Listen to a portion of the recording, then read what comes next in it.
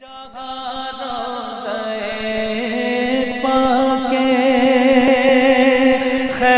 الورا ہے وہ جنت نہیں ہے تو پھر اور کیا ہے؟ کہاں میں کہاں یہ مدینے کی گلیاں، یہ قسمت نہیں ہے تو پھر اور کیا ہے؟ ونسلم على رسوله النبي الأمين المكين الحنين الكريم الرؤوف الرحيم أما بعد أعوذ بالله من الشيطان الرجيم بسم الله الرحمن الرحيم الذين يتبعون الرسول النبي الأمي صدق الله مولانا العظيم۔ معزز خواتین و حضرات، جملہ اہل علم اور طلباء اور طالبات، اللہ جل مجدہ کی توفیق سے ہم قاضی ایاز رحمۃ اللہ تعالی علیہ کی کتاب الشفاء درس دے رہے ہیں، اور حضرت عبداللہ ابن مسعود رضی اللہ تعالی عنہ نے روایت کیا ہے، جس کو امام ابو نعیم نے دلائل النبوت میں روایت کیا، تخریج کیا، اور امام دارمی نے اس کی تخریج کی، اور امام حیثمی نے مجمع الزوائد میں اس کی تخریج کی، جس میں حضور علیہ السلام نے صحابہ کرام سے تورات میں کیے گئے اپنے وصف بیان کیے گئے اپنے وصف کا ذکر فرمایا، اور فرمایا کہ اللہ تعالیٰ نے تورات میں میرا ذکر یوں کیا تھا، عبدی احمد المختار، کہ میرا بندہ برگزیدہ بندہ احمد ہے اور مختار ہے۔ مولدہ بمکہ، اس کا مولد یعنی اس کی ولادت مکہ میں ہوگی، ومہاجرہ بالمدینہ، اور وہ ہجرت کر کے مدینہ جائے گا، او قال طیبہ، اس جگہ کا نام طیبہ بھی ہوگا۔ امتہ الحمادون للہ علی کل حال، اور اس کی امت اللہ تعالیٰ کے لیے ہر حال میں حماد ہوگی۔ حماد حامد سے مبالغے کا صیغہ ہے، بہت حمد کرنے والی، اللہ کی ہمہ وقت حمد و ثنا کرنے والی ہوگی۔ اس کے بعد آگے قاضی ایاز رحمۃ اللہ علیہ قرآن مجید کی سورہ اعراف کی آیت نمبر 157 اور 158 کا بیان لاتے ہیں۔ اس کے بعد انہوں نے سورہ اعراف کی ایک آیت کا بیان کیا ہے، اور دراصل دو آیتوں کو اکٹھا انہوں نے ایک مضمون میں رکھا ہے، بلکہ اس کے بعد تیسری آیت سورہ آل عمران کی آیت نمبر 159، اس کو بھی متصلاً بیان کیا ہے۔ تو آگے اس مقام پر گویا تین آیتیں انہوں نے اکٹھی بیان کی۔ آگے فرماتے ہیں کہ اللہ تعالیٰ نے حضور علیہ السلام کی شان میں فرمایا، الذین یتبعون الرسول النبی الامی، جو لوگ اتباع کریں گے، پیروی کریں گے اس برگزیدہ رسول صلی اللہ علیہ وآلہ وسلم کی، جو نبی امی ہے۔ تو اللہ تبارک و تعالیٰ نے فرمایا کہ جو لوگ اس رسول یعنی نبی امی صلی اللہ علیہ وآلہ وسلم کی پیروی کریں گے. اور وہ نبی امی الذین یجدونہ مکتوبا عندہم فی التوراۃ والانجیل، وہ نبی امی اور رسول مکرم صلی اللہ تعالی علیہ وآلہ وسلم جن کی حمد و ثناء اور جن کی تعریف و توصیف اور جن کی نعت اور جن کے کمال کا تذکرہ وہ لوگ تورات میں بھی پاتے ہیں اور انجیل میں بھی پاتے ہیں. اب یہ آیت کریمہ قاضی ایاز اس حدیث کی تائید میں لائے ہیں، یا یوں سمجھ لیجئے کہ جو آیت کریمہ آگے آ رہی ہے اور اس میں جو مضمون آنے والا تھا کہ حضور علیہ الصلوۃ والسلام کی بعثت سے بھی پہلے آپ کی نعتیں اور آپ کے تذکرے اور آپ کی حمد و ثناء اور آپ کی تعریف و توصیف انبیاء پر اترنے والی پہلی کتابوں میں حضور کی آمد سے پہلے تھی.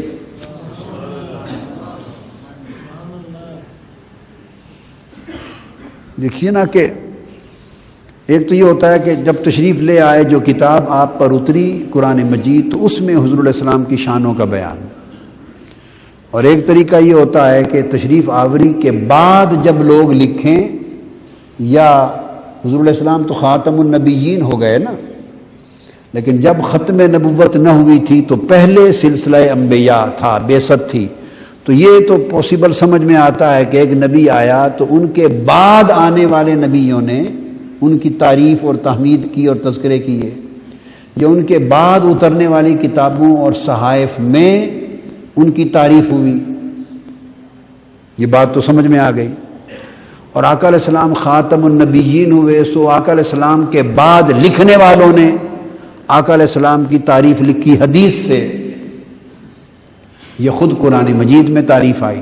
یہاں تک تو بات ایک ایسے پیمانے پر ہے کہ جو سمجھ میں آتا ہے، مگر حضور علیہ السلام کی ذات اقدس اپنی اس شان میں اس طرح بھی نمایاں، منفرد، عدیم النظیر اور عدیم المثال، بے مثل و بے مثال ہیں کہ آقا علیہ السلام دنیا میں تو تشریف بعد میں لائے، لیکن آپ کی حمد و ثناء اور آپ کی نعت و وصف، اس کا تذکرہ کائنات کی ابتدا سے بہت پہلے سے کتابوں میں چلا آ رہا ہے، چلا آ رہا ہے.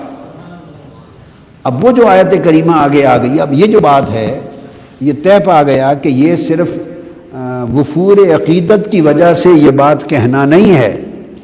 اگر کسی کے ذہن میں یہ خیال آئے کہ یہ اپنے نبی کے ساتھ عشق کرتے ہیں، محبت کرتے ہیں، ان کی عقیدت بہت ہے، اس محبت اور عقیدت میں یہ باتیں کرتے ہیں کہ پہلی کتابوں میں بھی ذکر تھا. کس نے پہلی کتابیں دیکھی ہیں اور کس نے پڑھی ہیں؟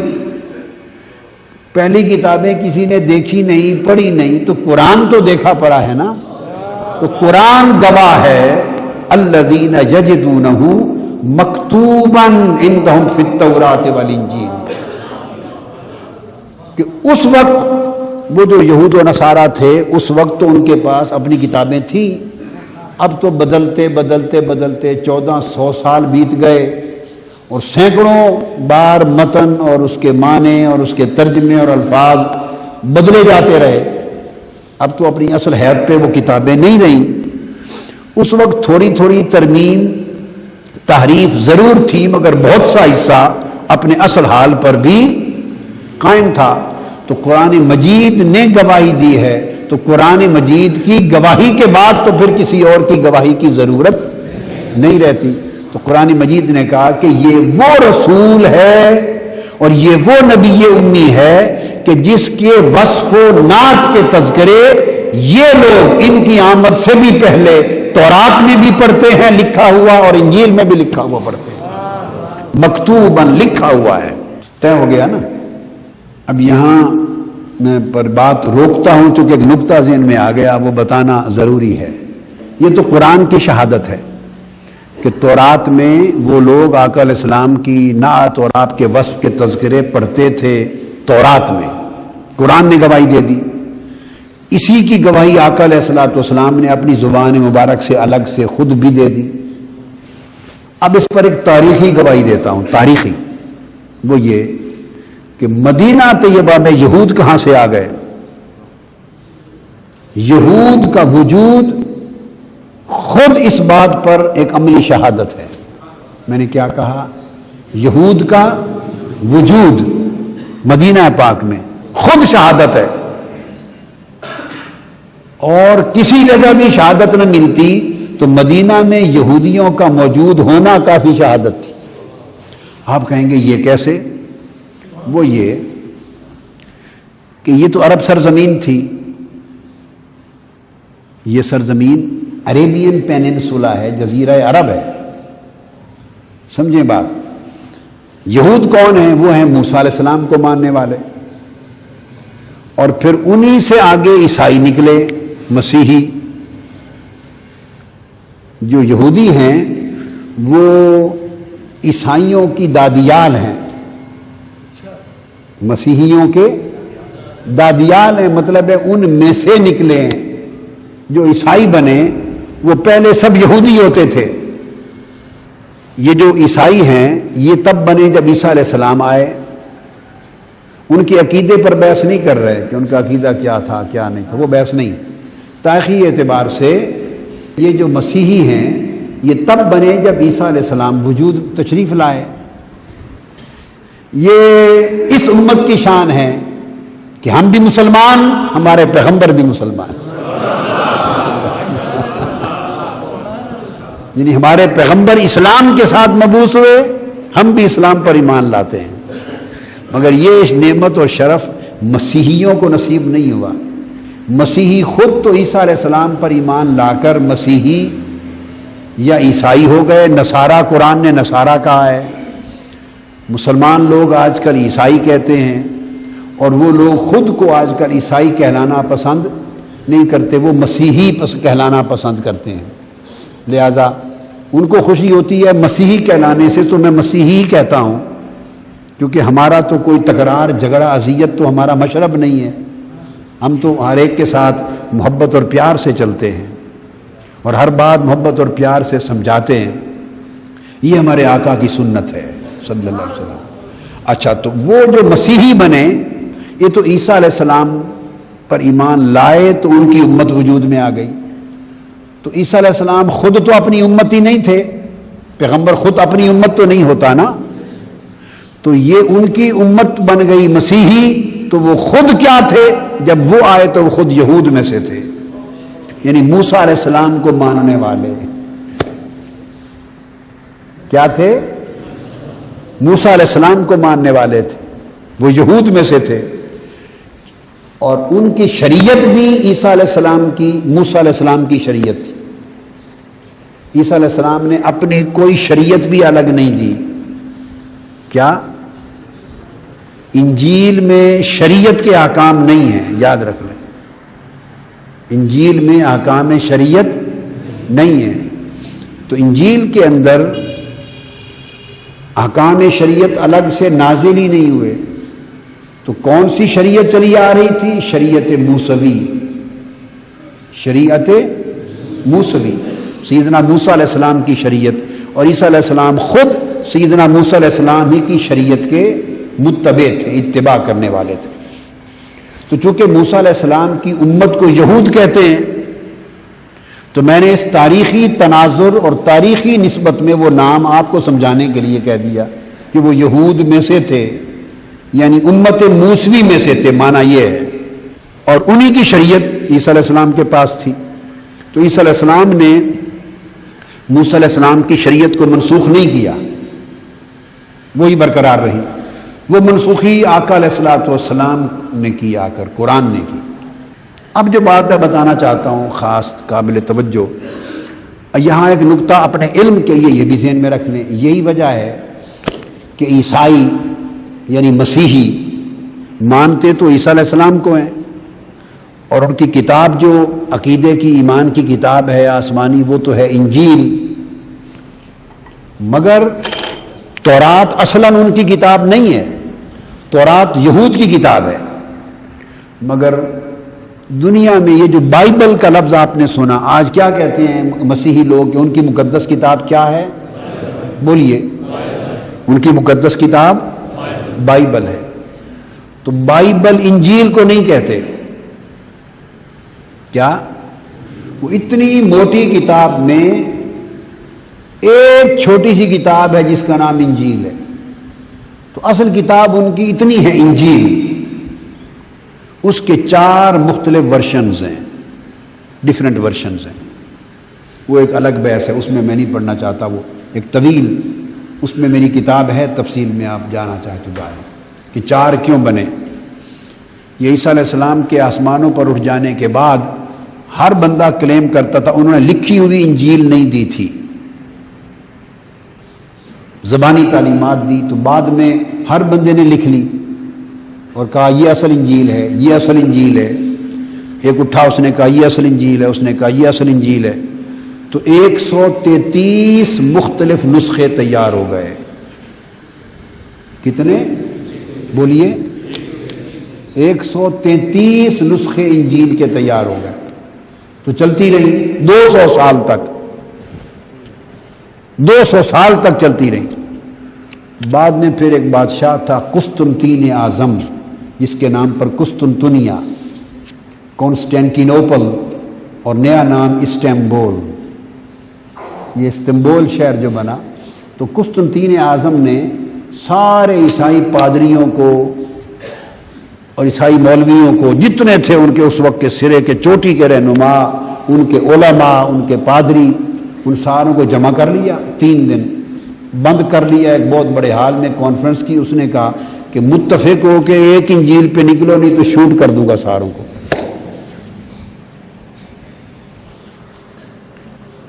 انجیل تو ایک آئی عیسیٰ علیہ السلام پر، تم 133 لیے پھرتے ہو. دنیا میں مذاق بنا ہوا ہے ہمارا، تو اندر گھس جاؤ اور ایک پر اتفاق کر لو. چنانچہ پھر انہوں نے اپنی جان کی حفاظت کی خاطر ریڈیوس کرنا شروع کی، اتفاق کرتے گئے. بالآخر 4 پہ آ کے رک گئے. 129 رد کر دی اور 4 سے کم نہ کر سکے. پھر 4 گروپ بن گئے. وہ 4 نسخے بن گئے انجیلوں کے، گروپ بن گئے نا بڑے تکڑے تکڑے. لہٰذا وہ انجیل ایک ہے، اس کے ورشن، نسخے الگ، مختلف نسخے 4 ہیں. سو وہ جو 4 نسخے ہیں چھوٹے چھوٹے، انجیل ہی کہتے ہیں اس کو، اس کے مرتب ایڈیٹر کے نام سے ہیں. وہ بائبل کا ایک چھوٹا سا جز ہے. تو باقی کتاب کیا ہوگی؟ وہ تو عیسیٰ علیہ السلام پہ نازل ہی نہیں ہوئی. آپ سمجھیں؟ باقی وہ ساری کتابیں ہیں جو عیسیٰ علیہ السلام سے پہلے، موسیٰ علیہ السلام کے وقت سے لے کر پورے درمیانے عرصے میں صحیفے نازل ہوتے رہے، وہ اپنی بدلی ہوئی شکل میں جمع کیے ہوئے ہیں سارے. اور بعد میں پھر انہوں نے نئے وحی کے طور پر کچھ لوگوں کو بنا لیا تو ان کے بھی جمع کر دیے ہیں. لہذا بائبل کے 2 حصے ہیں. ایک کو کہتے ہیں عہد نامہ قدیم اور ایک کو کہتے ہیں عہد نامہ جدید. بائبل کے 2 حصے، اولڈ ٹیسٹامنٹ اور نیو ٹیسٹامنٹ. تو اولڈ ٹیسٹامنٹ میں پرانے صحائف ہیں عیسیٰ علیہ السلام سے پہلے کے. اس پہلے حصے کی سب سے پہلی کتاب تورات ہے. اس تورات کے پہلے حصے کی سب سے پہلی کتاب کا نام کیا ہے؟ تورات. اس کو پینٹاٹیوک کہتے ہیں. اس میں شریعت کے احکام اترے تھے موسیٰ علیہ السلام پر جو طور پر. تو انہوں نے اس کو باقاعدہ بائبل کا حصہ بنا رکھا ہے اور بائبل کی بگننگ وہاں سے ہوتی ہے. وہ بائبل کی سورہ فاتحہ ہے. تورات بائبل کی سورہ فاتحہ ہے، وہاں سے آغاز ہوتا ہے. پھر اس کے بعد باقی صحیفے ہیں، داؤد علیہ السلام کا، سلیمان علیہ السلام کا، سب کے درست ہیں، غلط ہیں، اصل ہیں، بدلے ہوئے ہیں، بدلی ہوئی حالت ہے، تحریف ہے، مگر انہوں نے جمع کر رکھے. یہ کوئی تقریباً 36 کتابچے ہیں اس میں. اب یہ ویسے ہی بائبل کا موضوع چھڑ گیا ہے جی. 36 کتابچے ہیں. پھر اس کا جو دوسرا حصہ ہے اس میں بھی غالباً 29 کتابچے ہیں نیو ٹیسٹامنٹ میں. تو یہ 36 اور 29 کو ملا لیں تو یہ بن گئے کوئی تقریباً 65 کے قریب کتابچے ہیں مختلف لوگوں کے، جن میں سے ایک کتابچہ صرف سیدنا عیسیٰ علیہ السلام کا، اور اس کے 4 ورشنز ہیں. 4 کتابچے کر لیں. 65 میں سے 4 کتابچے وہ ہیں جو عیسیٰ علیہ السلام پہ نازل ہوئے، اور 61 کتابچے وہ ہیں جو ان کے علاوہ اوروں پر نازل ہوئے، درست یا غلط جیسا کہ وہ کہتے ہیں۔ یہ بائبل ہے۔ تو میں نے آپ کو بیک گراؤنڈ بتا دی۔ تو اس کا مطلب یہ ہوا کہ علمی اعتبار سے اور شرعی اعتبار سے مسیحیت یہودیت کا حصہ ہے۔ مسیحیت یہودیت کا حصہ ہے۔ یہ ان کا ایک زمانے میں ان کی آپس میں جنگیں بہت رہی ہیں، مگر بنیادی اصل کے اعتبار سے یہ ایک ہیں۔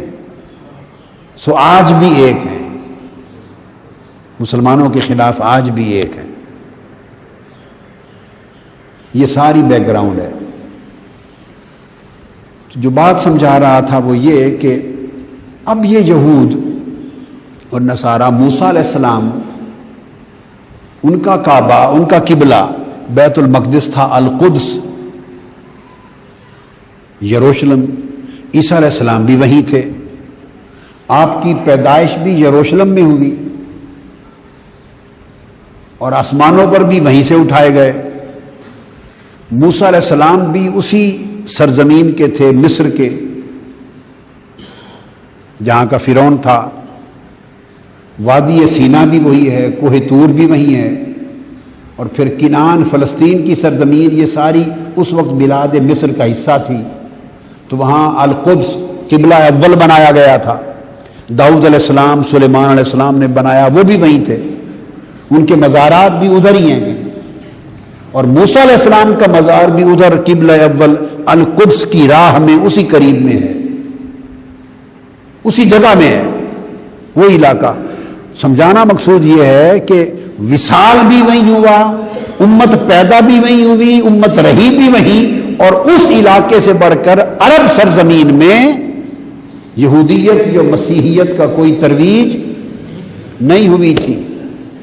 یہاں یہود کا کوئی مذہبی لنک، مذہبی جوڑ، کوئی مذہبی بنیاد سرے سے نہیں تھی، کوئی تعلق نہیں تھا۔ وہ ان کا خطہ تھا، جغرافیکل لمٹس بھی وہیں، جغرافیائی حدود بھی وہیں، نسلی قبائلی حدود بھی وہیں، خاندان بھی وہیں کے، کاروبار بھی وہاں، رہائش بھی وہاں، موت فوت بھی وہاں، رہن سہن بھی وہاں، کلچر ثقافت بھی وہاں۔ یہ تو عرب سرزمین تھی۔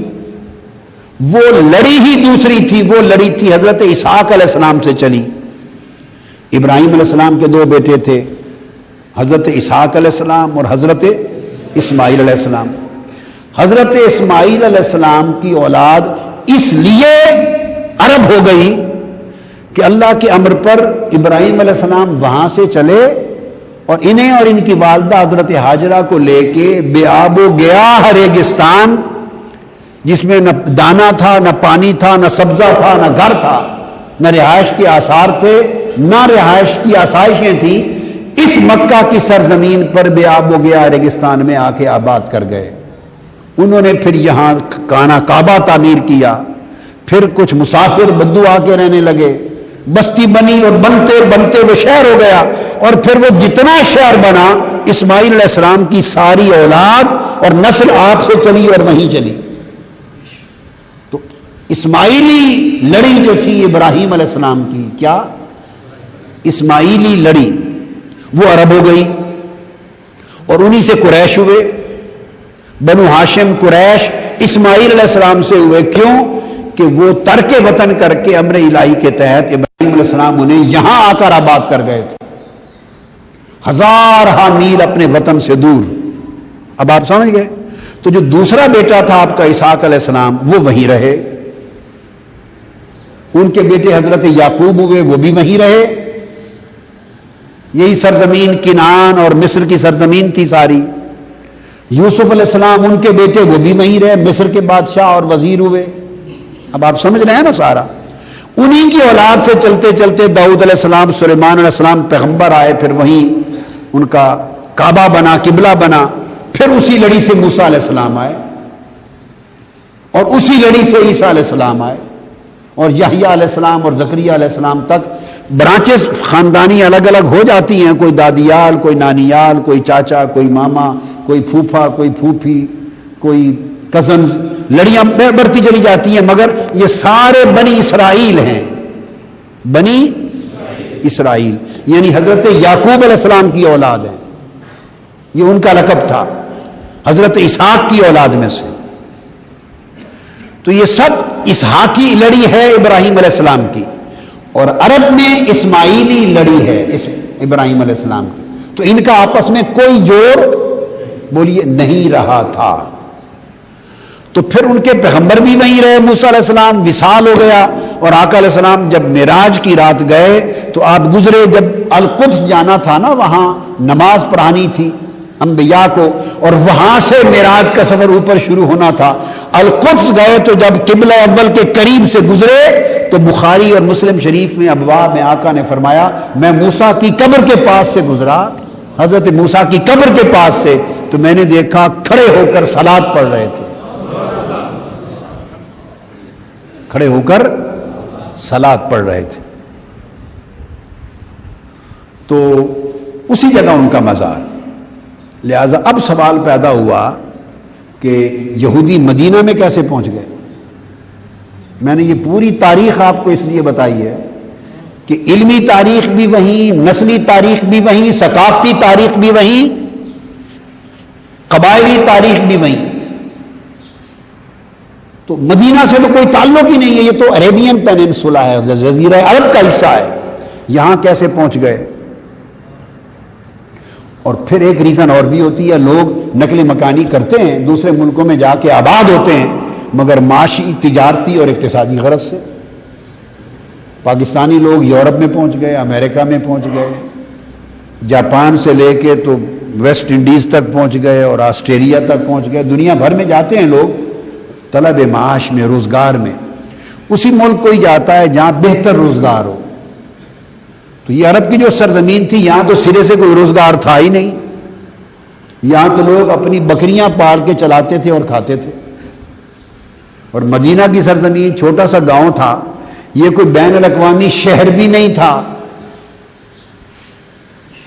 کوئی انٹرنیشنل ٹریڈ روٹ پر بھی نہیں تھا، بین الاقوامی تجارتی راستے ہوتے ہیں نا، اس پر بھی نہیں تھا، اس پر مکہ تھا۔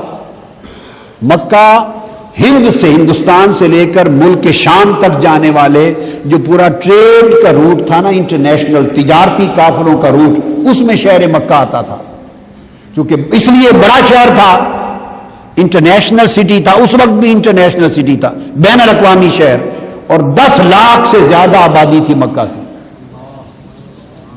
جب آقا علیہ السلام مبعوث ہوئے، 10 لاکھ سے زیادہ آبادی تھی، اتنا بڑا شہر تھا، تجارتی میلے لگتے تھے۔ تو مدینہ تک کے لوگ، چھوٹا سا قصبہ، وہ اس مکہ کی سرزمین پر میلوں میں آتے تھے، چلو 4 پیسے مل جائیں گے، روٹی مل جائے گی، مینا میں میلے لگتے۔ تو یہ تو ہیڈ کوارٹر تھا، کلچرل بھی، اکنامک بھی، کمرشل بھی، پولیٹیکل بھی، لٹریری بھی، ہر چیز کا سینٹر تھا مکہ۔ تو جو سینٹر تھا جہاں بین الاقوامی رابطے تھے، وہاں ایک یہودی نہیں آیا، جہاں آنا چاہیے تھا، جہاں تجارت تھی، مواقع تھے تجارت کے، بین الاقوامی منڈی لگتی تھی، میلہ ہوتا تھا، ثقافت تھی، 10 لاکھ افراد کا شہر تھا۔ تو جہاں مواقع تھے، تھوڑے ہی صحیح مگر تھے، تو وہ تو یہ تھے۔ اگر یہودی نقل مکانی کرتے تو یہاں آنا چاہیے تھا، مدینہ تو چھوٹا سا گاؤں ہے آپ، اور جہاں سے وہ آئے تھے وہ آباد علاقے تھے، اس سے زیادہ اسٹیبلش تھے، کیونکہ پہلی تہذیبیں اور ثقافتیں یونان کی، اس سے پہلے مصر کی اور عراق کی، ساری دنیا کا مہذب ترین خطہ تو تھا وہ۔ تو جہاں تہذیب تھی، جہاں ثقافت تھی، جہاں معیشت تھی، جہاں سیاست تھی، اقتدار تھا، سلطنت تھی، جہاں کے حکمران تھے، وسائل تھے، علم تھا، سائنس تھا، فلسفہ تھا، عیسیٰ علیہ السلام کے زمانے میں سائنس، فلسفہ، سب کچھ تھا جس خطے میں، جو دنیا کا ترقی یافتہ خطہ تھا اس وقت۔ یہاں تو لکھنا پڑھنا بھی عرب میں کوئی نہیں جانتا تھا، وہاں تعلیم تھی، ارسطو وہاں، افلاطون وہاں، آپ سمجھ رہے ہیں نا بات کو۔ تو جتنے بڑے بڑے فلاسفر، حکما ہوئے اور لیڈرز ہوئے پرانا، وہ تہذیب یافتہ، ترقی یافتہ خطہ تھا دنیا کا۔ عراق سے لے کر بابل، نینوا، عراق سے لے کر مصر تک اور مصر سے لے کے فلسطین کنعان کی سرزمین یہ پوری، اور شام ملک شام کا حصہ تھا فلسطین. 70,000 انبیاء کے مزارات کم و بیش ملک شام کی سرزمین میں ہیں. کتنے؟ 70,000 انبیاء کے. تو دنیا کا آباد ترین خطہ ہی وہ تھا، آباد ترین خطہ ہی وہ تھا.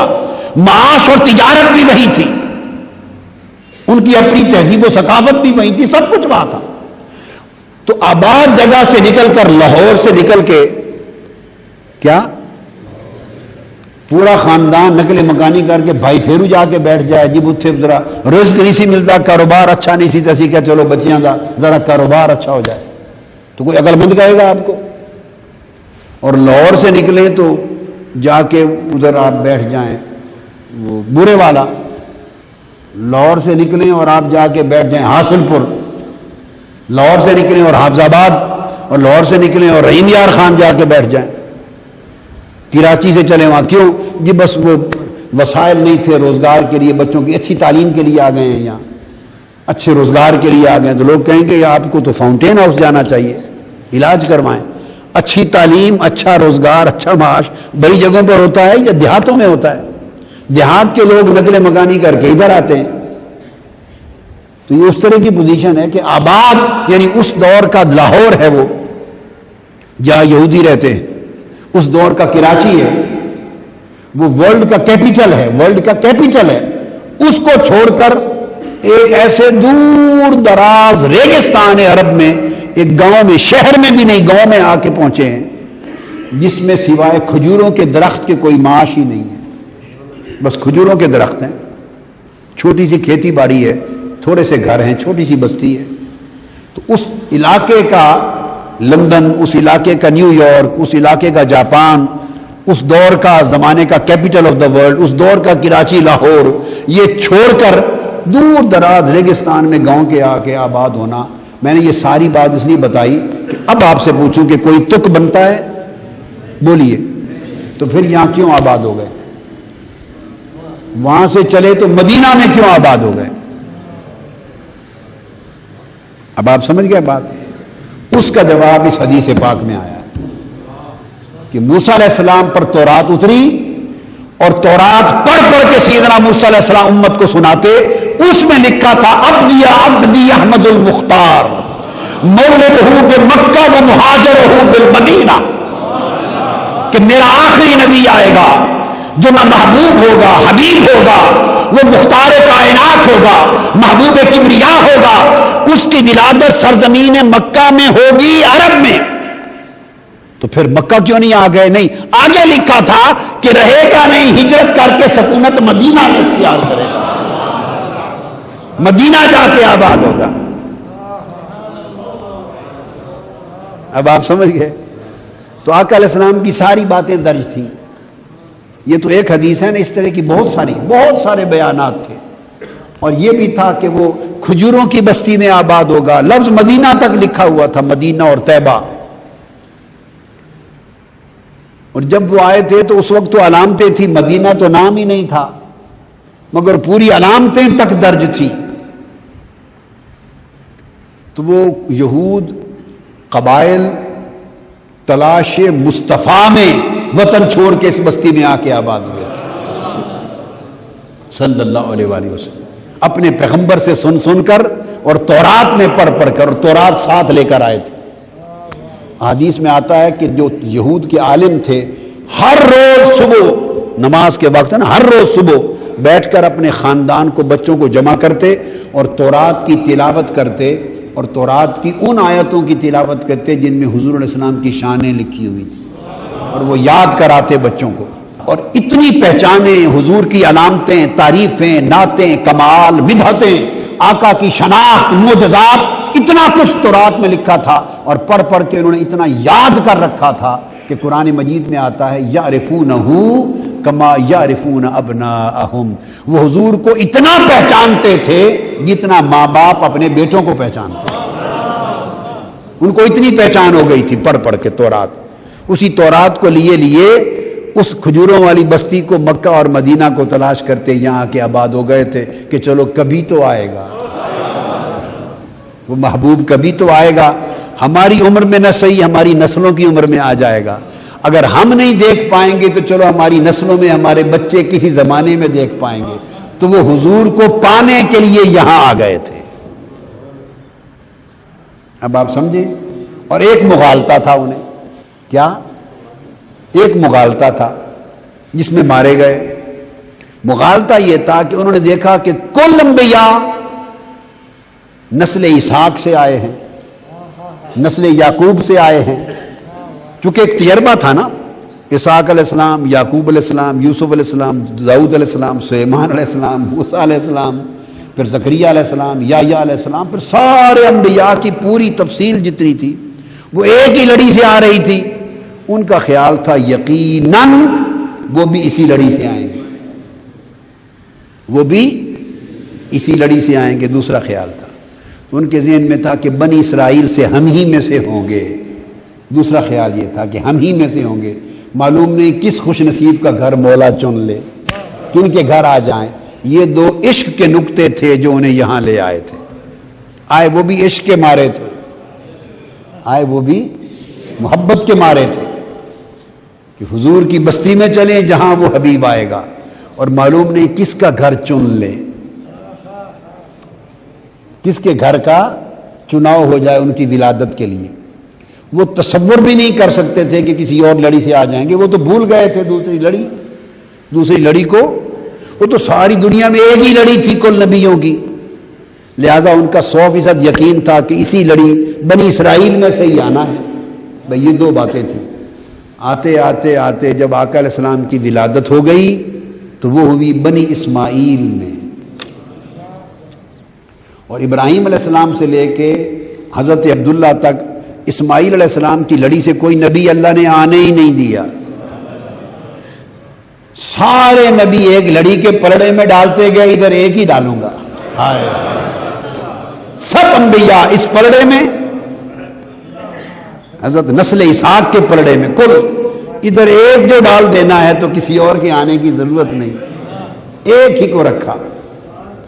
اور یہ بھی رکھا کہ اور نبی کوئی اس لڑی میں آئے ہی نہیں، کوئی اس نسب میں بھی کلیم نہ کرے کہ میں بھی بنی اسماعیل ہوں، میرا تنہا مصطفیٰ رہے۔ حکم آتا ہے کہ وہ پھر جب آقا علیہ السلام آ گئے اور پوری تسلی ہو گئی کہ بنی اسماعیل میں سے آ گئے، تو ان کی امیدیں دھڑام گر گئیں، چکنا چور ہو گئیں۔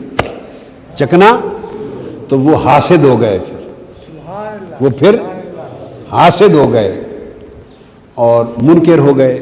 اس پورے کا ذکر قرآن مجید میں آیا کہ حاسد ہو گئے اور منکر ہو گئے،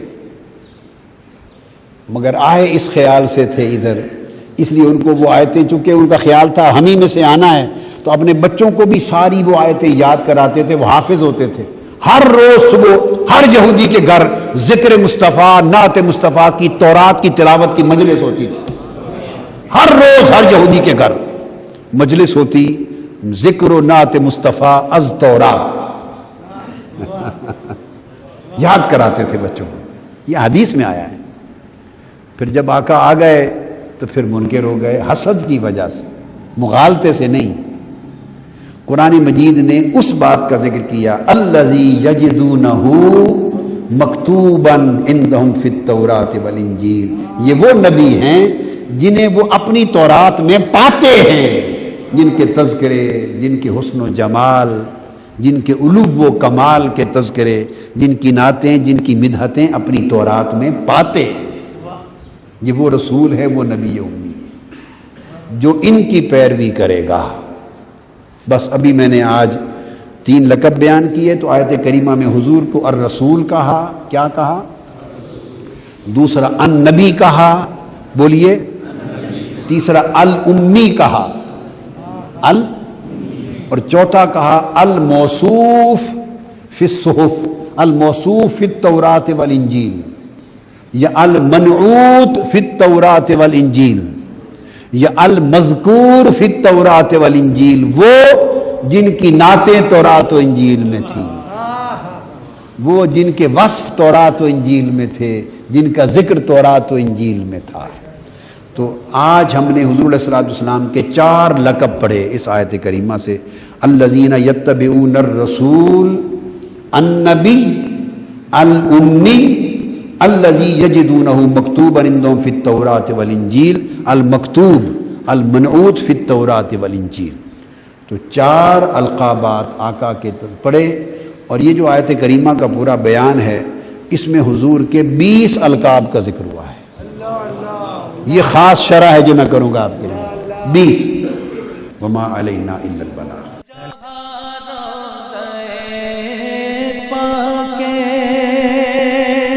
خیر الورا ہے وہ جنت نہیں